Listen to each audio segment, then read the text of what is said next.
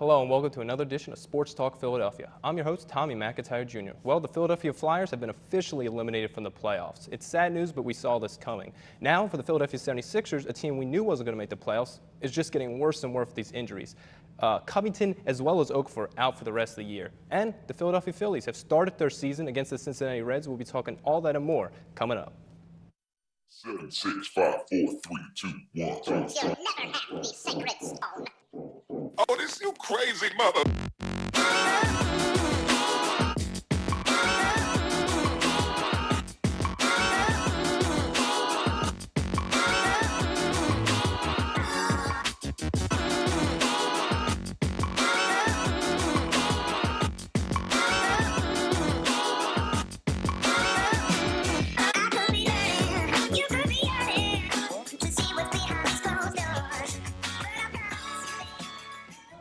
Hello and welcome back. Well, the Philadelphia Flyers had an up-and-down season for sure. They had a 10-game winning streak in December, and then it just kind of fell apart from there. But before we get into them, I want to introduce my panel. I got a great bunch of guys here. Kevin Cook to my left, thanks for joining, as well as Steve Graham. And we're going to be talking all things Flyers, Sixers, as well as the Philadelphia Phillies. But let's get into the Flyers, why don't we? And really, I think the fact of the matter is what just recently happened this week is they were officially eliminated from the playoffs after a 4-3 loss to the New York Rangers at the Madison Square Garden. And obviously, the team was displeased. Guys like Giroux, as well as Simmons, and as well as Hextall, said how they were displeased with their performance, definitely towards the end of the year, not being able to get in there. But guys, just kind of look over the season as a whole, and what kind of went wrong after that nice stretch they had earlier in the year. Well, we talked about it just about every single week with them. They struggled to be consistent, and that's really the issue with the Flyers. They were having a difficult time finding the hot hand in the goalie, and with that and the lack of offensive talent that they have, they were really struggling to put the puck in nets, and that's why they weren't winning the game. You really hit the nail on the head, Kevin. It does come down to consistency, and in every position, goaltending, Steve Mason and Michael Neuwirth. We have Neuwirth battling injury, and he took that scary collapse just a couple games ago. But defensively, it just wasn't there. On all assets, it wasn't clicking. You're not going to make the playoffs after the 10-game winning streak if you win one, lose one, win one, lose one. And you give it to them coming down to the end. They went into desperation mode, and the effort was there. The scoreboard wasn't always in the favor that they wanted it to be, but even looking at that New York Rangers game that they lost, down 4-1 until the final 2 minutes, they nearly cut the 3-goal deficit. So they would obviously the Flyers would like to not be in that position, but they did give everything they had to the very end. Yeah, and absolutely. And you guys mentioned the Neuwirth injury. That was definitely a scary moment for sure. Yeah, just talk about just that goaltending situation. Pretty much all season we've talked about this and just what it looks for in the future in terms of who we're going to be going after. Are we going to bring someone up from the system? Is it just going to be Neuwirth? Hopefully he gets healthy and he'll be around for next season. Obviously he's under contract. And then Mason. Where do all these guys kind of lie for this team going forward? Well, as far as the goaltending, who really knows? They've struggled to have a good number one, and they have a number of good prospects that are almost ready to come up, and Stolarz is one of them. And as a result of the Neuwirth injury, we've seen him actually sprinkled in throughout the season this year. So it's a possibility that that's what they're going to do, but it's still up in the air. And as far as some of the other players go, they got a number of players like Del Zotto, I believe, who's going into a end of the contract year, and a number of other players that could go away to the expansion team. So they're going to have to juggle around with some of these players and see which ones they want to keep and which ones they're going to have to lose just because of the expansion team. Yeah, and I think looking at kind of just the positives of this team, I guess we should bring up kind of the young guys, the new guys that kind of came onto the scene this week against the New Jersey Devils, and that was Mike Vescioni as well as Sam Morin. And we're looking at Vescioni right now, what he was able to do. He had one shot on goal in his NHL debut and was that over a little 8 minutes of play. Steve, just I guess talk about maybe seeing some new blood in this team moving forward, and what do you hope to see from at least the end of this season, and then hopefully moving forward? Yeah, I mean, with 3 games left in the season, it was definitely the light at the end of the tunnel, a glimpse into the future.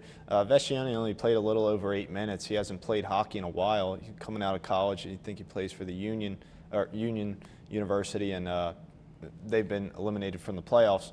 So you could see a little rust, and you could definitely see a speed adjustment coming from college to the NHL. When you look at Sam Morin, he's been playing down with the Phantoms, so a little bit less of adjustment. And also when you're 6'7", 255, you take up half the ice.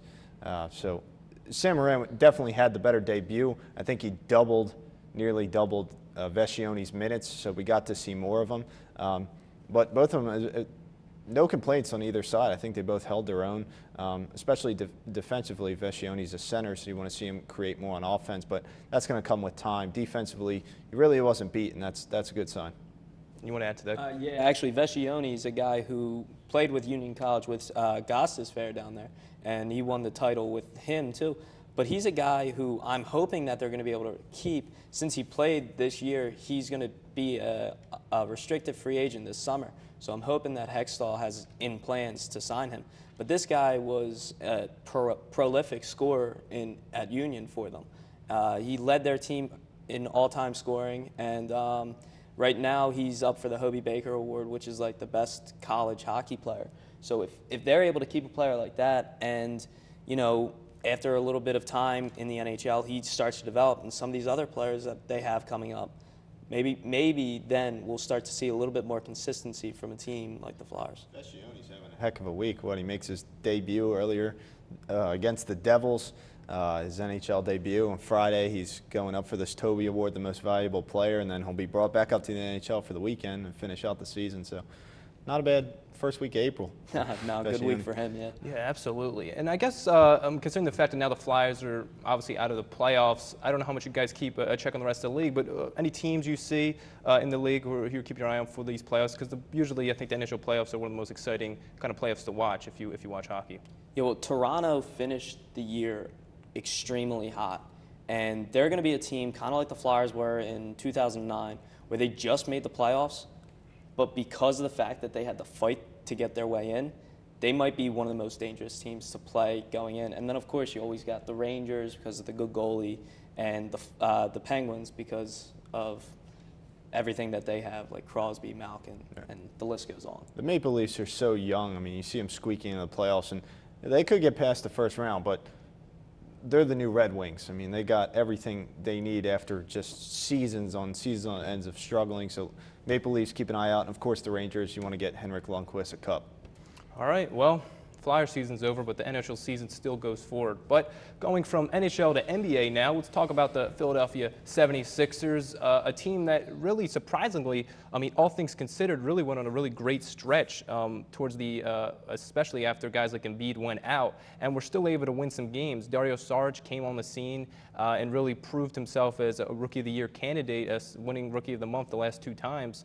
But let's get into the reality right now. They're sitting at 28-50 with a few games left to finish out this year, and more injuries have come upon the 76ers. Robert Covington as well as Jahlil Okafor. Now, many fans of this team are very critical of a guy like Jahlil, and even myself was critical of Covington really before he came on the scene this season with his defense.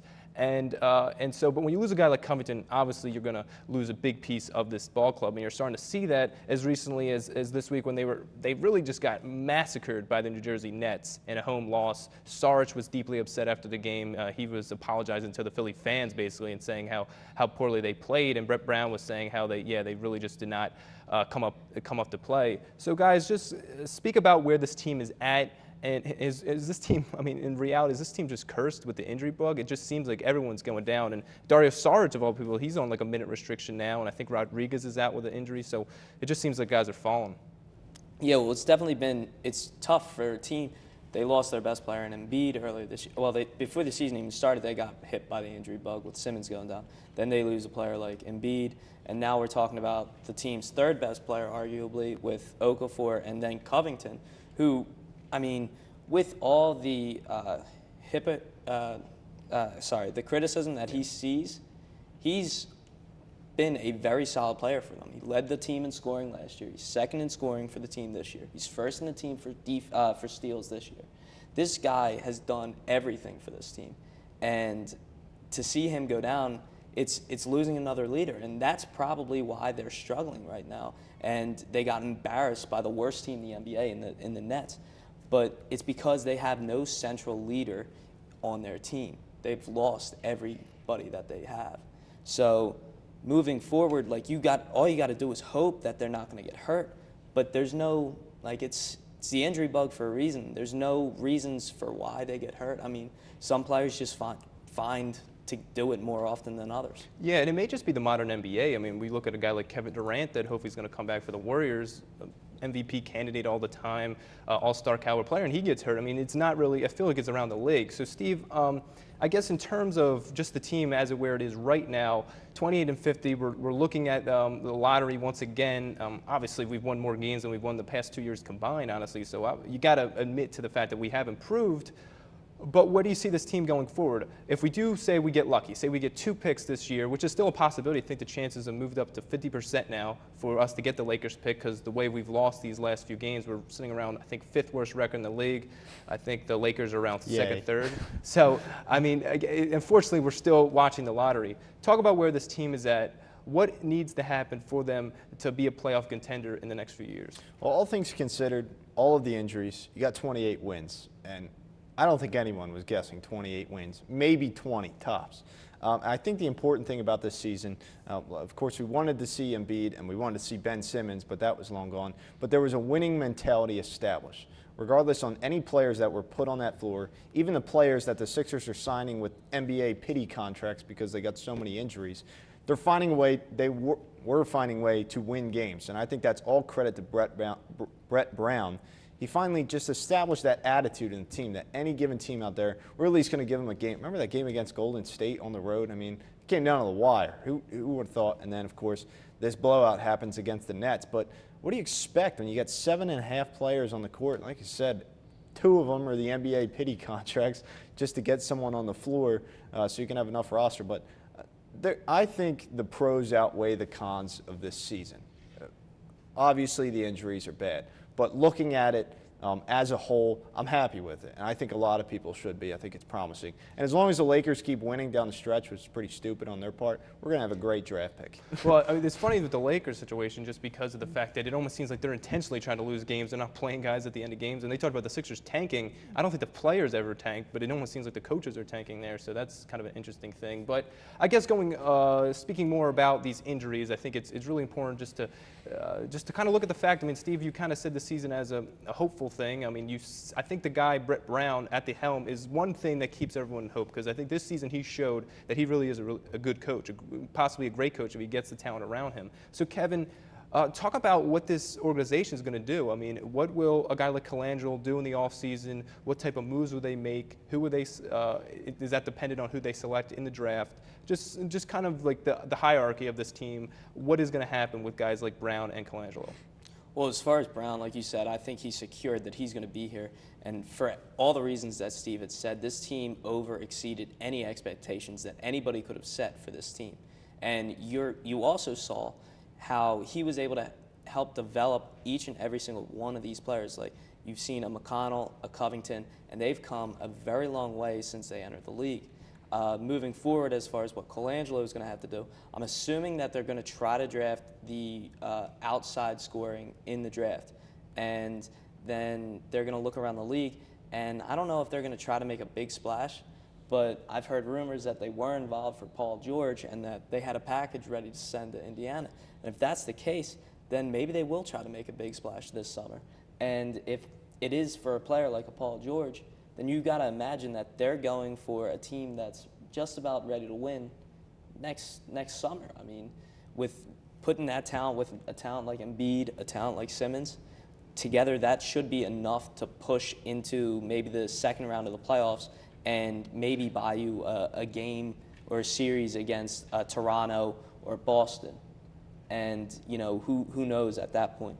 But as far as what they're going to do this summer, it all comes down to Colangelo and where he wants to get the shooter from and where he is trying to dump Okafor, basically. Yeah, and I think you're mentioning in terms of them going, just trying to make a big splash. I think the philosophy's definitely changed. You've seen that this year with Colangelo in charge instead of Hinkie. You could argue the culture in some parts has changed for the better, but I still see the kind of just uninformation you get to the fans and media has arguably gotten worse, I think, in many ways. So, Steve, talk about kind of the job that this organization has done this year, and especially Colangelo, and do you have hope in the future, obviously after the Sam Hinkie years, moving forward with this organization?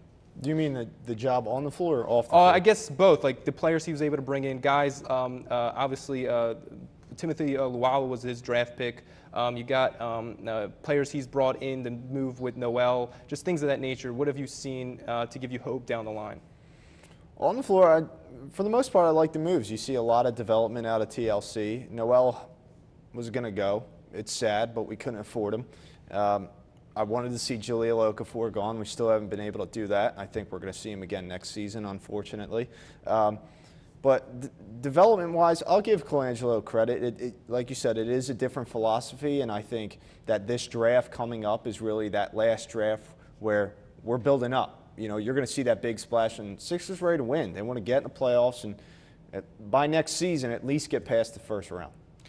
All right, well, I think we're all hoping for a successful season from the Sixers and really just stay healthy, honestly. If we can see guys like Simmons, Embiid, their new draft picks or draft pick, it could be very an exciting season, hopefully. But let's move on to the Philadelphia Phillies, who started their regular season against the Cincinnati Reds this week. And right off the bat, they got a win on opening day, which is great to see. But then they come right back with a nice shutout loss, just to show you how their offense still isn't there. All those collabs from Matt Stairs are like, oh, yeah, we're still not that good.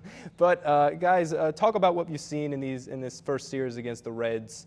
Starting with you, Kevin, and just in guys like obviously this starting pitching was nice. I mean, you got to give it up to Hellickson and Eichhoff coming in with two solid starts. Just weren't able to get runs for Eichhoff. It seems like that happened all last season as well. Yeah, well, we knew going into the season that the bats are probably where the Phillies were going to struggle.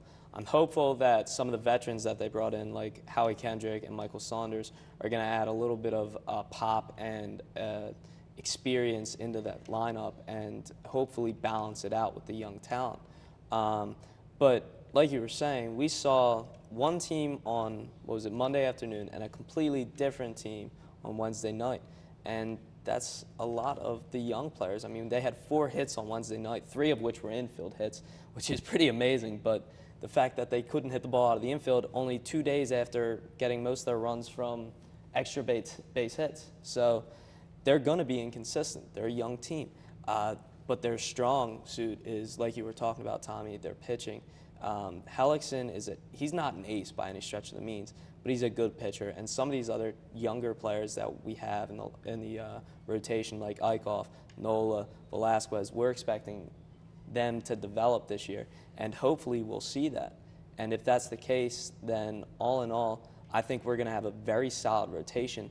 And they were some of the leading pitchers in strikeouts this spring training. So it would not surprise me at all if they do the same thing during the season. Yeah, and I think the pitching and just kind of that staff is somewhere where we really hope we can see a lot of success this season. But we mentioned the offense. Let's kind of look at Tommy Joseph, a guy who is going to be relied upon this season. This is going to be his first year being the starting first baseman. No more Ryan Howard. 9 at-bats, no hits, 5 strikeouts. Steve, kind of talk about, I mean, obviously this may just be first couple game jitters, but this is a guy we're going to need for sure. Definitely power is something we're going to look for him because pretty much you play in Citizens Bank Park, you should be able to hit some home runs, especially with that short porch in left field. So talk about him and just this other team and who can we hopefully rely on that's going to drive in runs. I mean, Phillies and fans have hoped that this is Ryan Howard's replacement, you know, the first baseman, but Tommy Joseph is hoping that this is his first complete season. We know he's had 5 concussions, vision problems. So he's coming into the season really wanting to put a dent. Not the greatest start, 0 for 4 the first game, and Matt Stairs has a lot of work to do with this guy. But we've seen so many glimpses from Tommy Joseph in the time he's been a Philly that it's just the potential is there. You know, you can see that he's going to be that guy eventually. It's just get the injuries out of the way. And look, it's the opening a couple games against the Reds. I think you're going to have a long season from Tommy Joseph, and you're only going to see improvement. Yeah, and look, they've lost the opening round series. They lost 2 games to 1 to the Reds. They'll soon be coming home and getting that opening day start here. But I guess for the fans, Kevin, what do you think the expectations is? Do you think they, as a person who's covered this team, watched this team for many years from the era that the Phillies won the World Series, talk a little bit about just where you see this team. Where should the expectations be in terms of win-losses and in terms of growth as well? From everyone that I've talked with, it seems like everyone has them right around like 70, 75 wins, and that's kind of where I got them.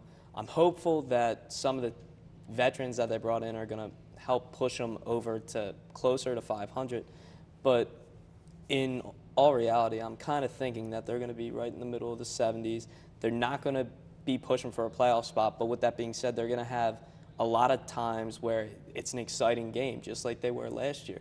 For a good stretch of May, I believe, they were first place in the National League East, and I'm expecting to see a stretch from them during the middle of the season that we're going to see them playing good ball too.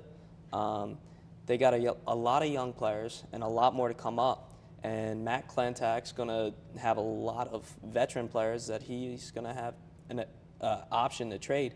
Hellickson, Kendrick, Saunders, all these guys are probably people that they're going to look to move at the deadline. Would you agree with that? Absolutely. I'd say 73 wins, and I'd be happy with that. And we know this is year 3 of development for the Phillies. And I say next season it's a wild card position. In 2019, the Phillies are going to be the team to beat. But I see them on track. You have a pitching rotation now that speaks for itself.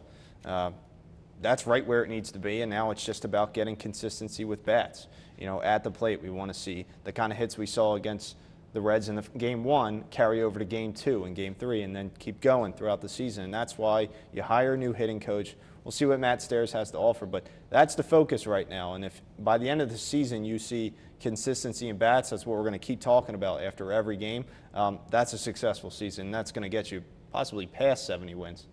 Yeah, and I think, we look at this team, Matt Klentak has been pretty open about the fact that this is going to be a process. It kind of took the mantra of what the Sixers kind of did in terms of just taking a slow pace. Hopefully we have better success than the Sixers, but I think it is the smart move. I think going towards more of a more analytical approach than what Ruben Amaro had is definitely a smart thing to do. And I guess looking at these young guys, I think what people want to see is a guy like J.P. Crawford come up the ranks and finally show what we've been waiting for him. And this is a guy that everyone's kept their eye on, one of the best young prospects in the entire league, not just in the Phillies system. So you kind of mentioned the young guys, Kevin. What do you hope to see? Do you hope to see him eventually come up? Do you hope that a guy like Abdul Herrera and Franco can in Herrera's case, prove that he can have another good season, and Franco's case, really show that he could be that starting third baseman we need? So just kind of talk about the young guys in this core team. Well, those are some of the young guys, but almost the entire team is young. Cesar Hernandez had a great first at-bat of the season. He fought all the way back to a full count, and then he hit the ball out of the park. And we've seen that from Hernandez a lot. He's a very good hitter. Same thing with Odubel Herrera. The two of them at the top of the lineup make the pitcher throw. And for guys like Franco and Saunders and the people that fall behind them, that's a great thing because now they get to see every single pitch that this guy has to offer, and that helps them out all the more. So we want to see that continue to happen. We also want to see their consistency, and that's kind of what Steve was talking about. That's the whole job of Matt Stairs right now. It's not to make these guys hit better. It's to make them more consistent. They need to hit for average better. They need to spread the ball around the field more because from what we've seen from them, they're not like a hitting for average team. They're the big play team. And I think all fans are really hoping for just any type of consistency. I think we kind of mentioned this about all sports. We said about the Flyers too. But that's going to do it for Phillies talk. But we're going to get right into Fast Five, and we're going to go back to the Sixers. Steve, I want to start with you. I know you're a big Malik Monk fan out of Kentucky as a guy the Sixers could look for. But let's just put it like this. Marco Fultz was at that Sixers game earlier this week against the Nets. Not a good game to beat to. They got massacred, like we said. But he wanted to kind of see, he's like, look, I could possibly come here. He's in a lot of mock drafts, possibly going #1 guard out of Washington. Nice player, young guy. He's still like barely, I think he's 19, not even. Do you think that's a guy that the Sixers would take if we got that number 1 pick? I was laughing in that interview. He said it's an amazing atmosphere in here, and they were down by 40 at that point, so I don't know what he was hearing. But, of course, Markelle Fultz is the best player in this draft. I say Malik Monk because realistically where the Sixers are going to land in the draft, I'm happy with him. But Markelle Fultz, yeah, he could be a Sixer, but he's going number 1. And the Sixers don't have a chance. Don't have a chance. It's a lottery. Last year was the first year that the team with the worst record got the first pick in the draft since Dwight Howard. So it's possible. Okay. But let's quit. We're It's fast hopeful. 5. We gotta hurry up. Flyers. Hackstall. Stay or go. I think he's going to stay. I think Hextall is going to be patient with him. All right.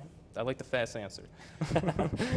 We're going back to Philly, Steve. Does Jemer Gomez, closer, gave the home run the other day? Is he the closer by the end of the year? Does he stay there? Yes. All right. Simple answer. I like it. All right. Tell me to go fast. Not that fast. You can give a little. You can give a little more. Okay. I'm just quick answers. All right. We can slow it down, Tad. All right. Do the Sixers make the playoffs next season? That's my question to you. Do the Sixers make the playoffs next season? What do they have? 28 wins, possibly get Yes. another couple? Yes, I'll say yes. They do? Ooh. Simmons and Embiid, they're both healthy, plus whoever they get in the draft. They're going to be pushing. They won 10 in January. I think they're going to make a push for it. Trust the friendship. Bold move, Trust Cotton. the We'll see how it friendship. pays off. All right, and a team we didn't talk about, the Eagles, Steve. Jennergan comes from the Ravens in a deal. Defensive tackle. We switch our third-round picks with the Baltimore Ravens. What do you think of the deal? Well, it shows the Eagles do not have confidence in Bo Allen, so they're going to bring him in. Jernigan is not a great pass rusher, but he kind of just is going to play the role of Benny Logan, so Fletcher Cox plays for the money he's being paid for. So essentially, it's a Band-Aid. It's a Band-Aid pickup. Oh, well, everyone needs a little Band-Aid, right? I mean, hey, the Eagles, they got to start playing a little better. Come on, next season, Carson Wentz, Alshon Jeffrey, we're feeling it, baby. All right, we'll be coming back to you next year as well, but that's going to do it for this show, right? So please check us out on Twitter. But before I do that, let's say goodbye to my guests. I want to thank Kevin Cook as well as Steve Graham Jr. for coming on, talking all things Philly sports. But yes, you can catch us on Twitter. You can catch us on Facebook. You can catch us on LaSalle TV. This show is, you're probably watching this right now, it's 10:30 Thursday. That's when we air. And yeah, you can catch all things LaSalle TV on YouTube as well. Thanks for joining in. I'm Ty McIntyre Jr. Till next time, we'll see you.